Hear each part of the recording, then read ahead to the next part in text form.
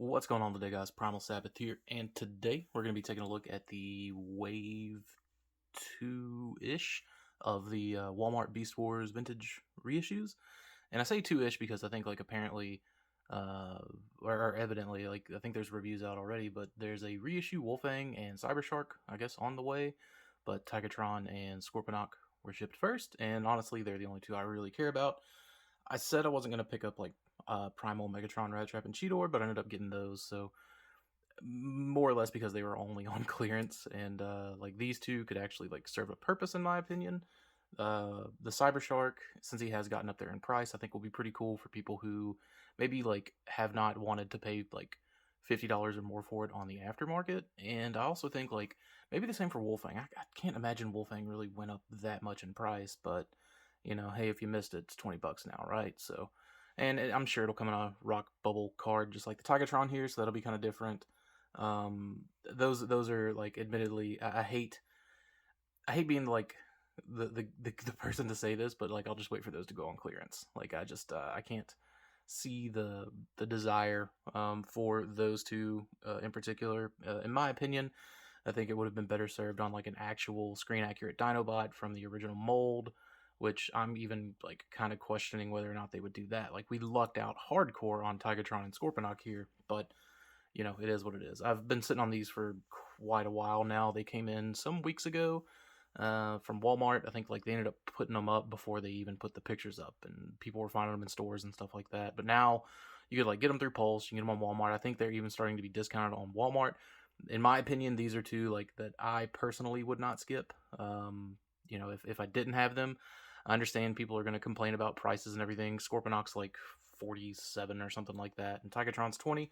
But considering this is the Takara Tigatron Deco, and we are going to compare that with the original Takara Tigatron, everything's just a win-win around here, because the only other alternative for these are super expensive of the originals. So as I said, order from Walmart. You can see there's some card damage up here on Tigatron, and there's even some box damage here on Scorponok. I don't care. I'm not keeping them boxed, obviously. Again, the back, the weird 5-language bio card with none of the original tech specs and all that. I mean, whatever. That's just a me nitpick thing, I guess. But anyways, the instructions look nice, and they're way bigger than they were back in the 90s. So there is that. Scorponok, let's see. Does he have any product shots anywhere on him? No, that's strange, but anyways, there you go for him. Scorponok, I think I'm definitely more excited for, because he was kind of the last, the only figure that wasn't really reissued in some capacity, or even the Takara reissue still wasn't technically show accurate. So you really couldn't have had an entire show accurate run of original molds. But now you can do that, at least for the Predacons, and I'll kind of get into that too. We still kind of can for the Maximals, if you consider Telemoka Dinobot to be in that category. Me personally, I do not. He's a weird cross amalgamation of the toy prototype and show accuracy. It's really strange. Telemoka Dinobot's really strange, but beautiful nonetheless. So anyways, let me get these two out of their boxes, and we'll take a look at their beast modes. Alright, so let's go ahead and start things off with Tigatron, and I'm kind of already noticing some differences just right off the bat, and for me that's a good thing, I guess. Again, originally I got this, I have a Takara Tigatron, and the one I bought was yellowed. I knew it was yellowed, and I was like, oh, I can just give it the peroxide bath and everything would be okay, but it still kind of has some yellowing to it. But I think the one standout difference here is the greens here, where on the Takara one, it's definitely more of a blue. At least the paint is. The plastic looks, it's very similar. And again, the plastic on mine is subject to yellowing. I don't know if it's going to have any actual yellowing, but it's definitely more visible in person. But yeah, the paint on the reissue is green, where on him it's more of that kind of seafoam, aquamarine color. So that is at least something to look at, which is really weird, because I don't think the Mutant Mask has that. But Anyways, let's look at the eyes. The eyes look more or less the same, so that's good. It looks like the pattern on the tiger is more or less identical. I'm sure there's probably some discrepancies here and there. This one, and again, like this is a, who knows what child in Japan played with this or didn't play with it, or what kind of condition it was kept in before I bought it. But well, it does look like he's got this front stripe here, where this one, it doesn't exist. So I guess there's some discrepancies there. But overall, like, I mean, if you missed out on this guy, and again, you can kind of see sort of some of that yellowing peeking through here, just from where I, kind of sort of gave up on it. It's a little hard to catch, but, if you got an eye for yellowed plastic, you can kind of catch it. You can see how, like, white this is and sort of the off color there. While we're talking about yellowed plastics, here is the vintage Kenner Tigatron. To the best of my knowledge, this thing is not yellowed. This is just how they shipped it. They shipped it like a dirty Siberian tiger. So there is that. Or at least I think that would be a Siberian tiger. I don't know. I didn't know my animals. I just know it's a tiger, and I know I like Beast Wars. So there's that, Beast Wars. But overall, Beast Mode, not too bad. Looks more or less on point. So let's get these guys out of the way, and let's get this dude in the robot mode so we can kind of see all the, I guess, proper differences, if there are any. Alright, so here you have him in his robot mode, and I mean, again, this is a mold that's been reissued hundreds and hundreds of times, so like none of the articulation is really limited at all on it, so that's something that's kind of good.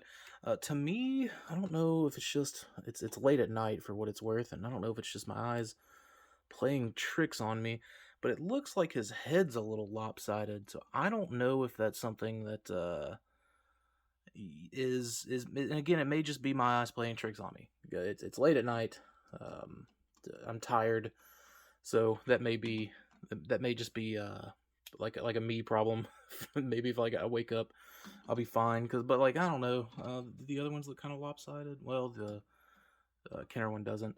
But anyways, more or less, this is how I just store one of the weapons. You can store either of them on their backs. I'm pretty sure like I've gone over that at some point in a Cheetor review. But yeah, so there's that. But I mean, like the meat and potatoes of this is the comparison with the Takara one. So let's get that one in here. Now my Takara one just had these loose elbows, and it was both of them that were loose. It's an easy like tighten up job. It's just something I haven't done, and probably not gonna do, just because I haven't really needed to do it, because this is just kind of how they stand on the shelf. This one, however, has tight elbows, which is a huge plus. And it's not, again, it's not hard. There's just a screw that holds these two halves together, and you can, put some clear nail polish on the sides of the, connecting pieces where the elbow connects, and you're good to go.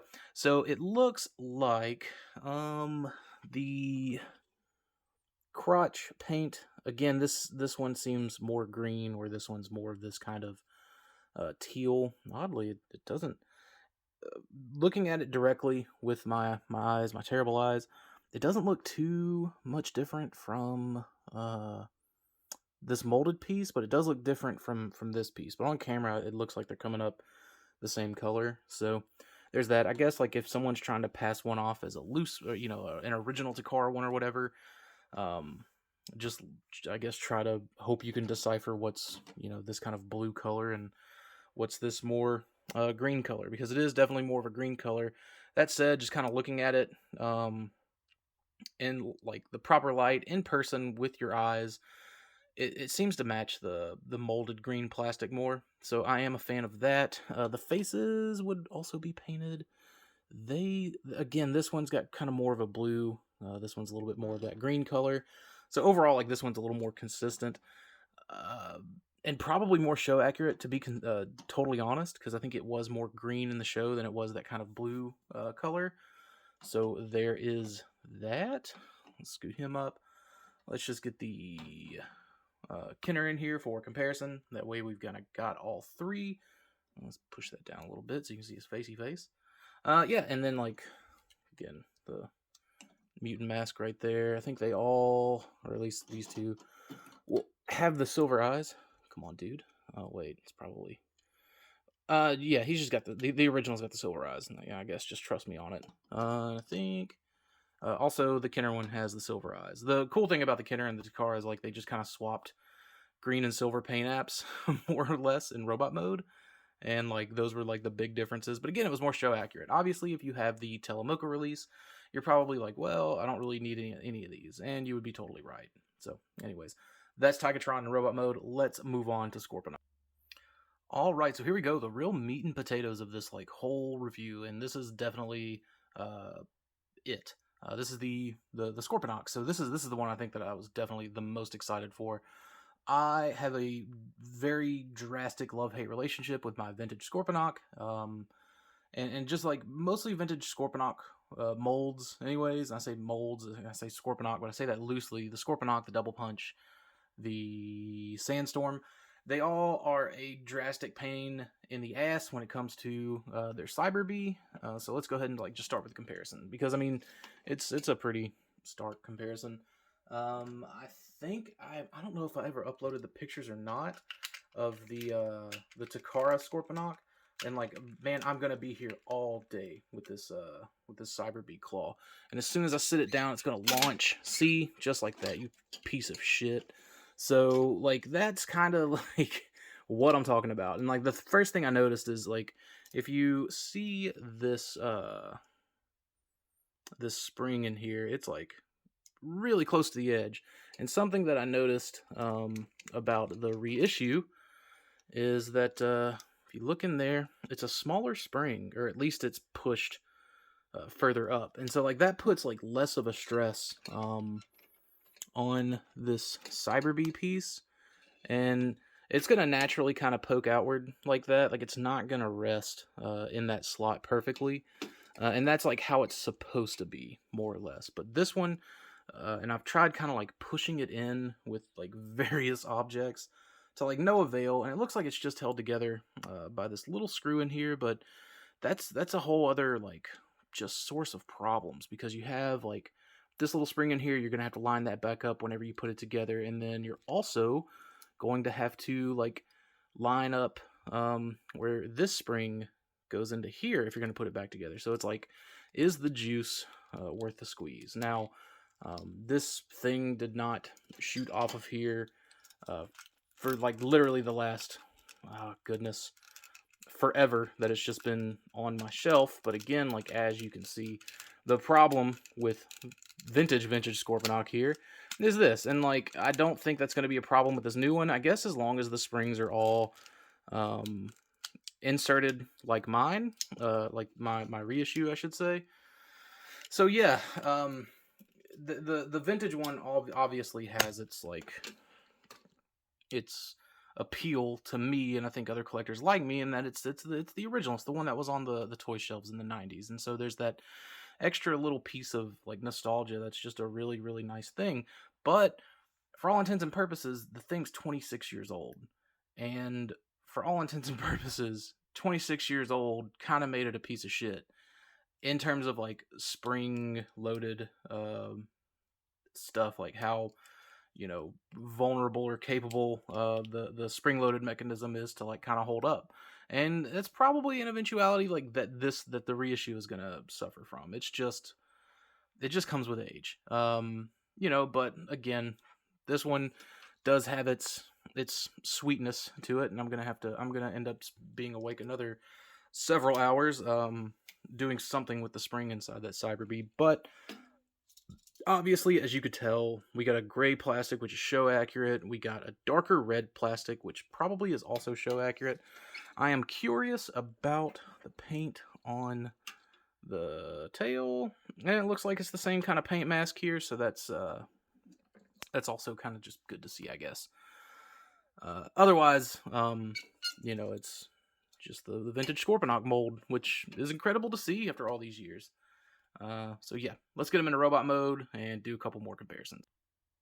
All right, we're gonna start out a little not so show accurate with the Mutant Mask on, and I just kind of wanted to like show just like kind of how good the reissue looks with the Mutant Mask. Like I don't know if it's because it is like a lighter gray and it kind of goes up a little bit better with this sort of green color, which isn't quite as bright or like lime green as it is on the original toy. But yeah, that looks solid. It looks aces. One thing I will point out, though, it's probably something I should have pointed out in beast mode, is this tail is a little like lopsided. It looks like, but it doesn't seem. I don't know. Is it like not pinned through properly? I don't know. It just seems like it sits a little crooked. And I don't know. Again, is it my eyes? Is it my I'm up late at night, later than I should be eyes, or is it like actually like sitting a little crooked? Doesn't seem to be sitting as like straightforward as the original. And I want to say like I remember hearing someone talk about that, but I'm trying to find like where at exactly it's having that issue. And it looks like, I mean, the little gimmick pieces here are all the same. But again, this guy's just like super loose, so he's gonna be, a problem one way or the other. But yeah, it looks like the pieces on there, like everything looks to be correctly assembled in there. So I don't know. I don't know what the deal is with the vintage reissue, but I mean, at the end of the day, it's I think still a better like bang for your buck if you're looking for a vintage Scorponok. I will also say that like he comes with a ton of the little clear rubber bands. As you can see, I've made use of one in the interim until I get in there and try to fix the spring on this one. It's definitely not the latching mechanism. It's totally the spring. I just think that it's too like far, like or too close to like this upper part right here. It seems to be like wanting to push it out even more. So again, there's that. Now, big time face reveal, and it's not really like too different, but it looks good. It's got, I mean, again, it's the same paint masks. It seems like on as it is on the original. So there is that. And like at the end of the day, like it looks great.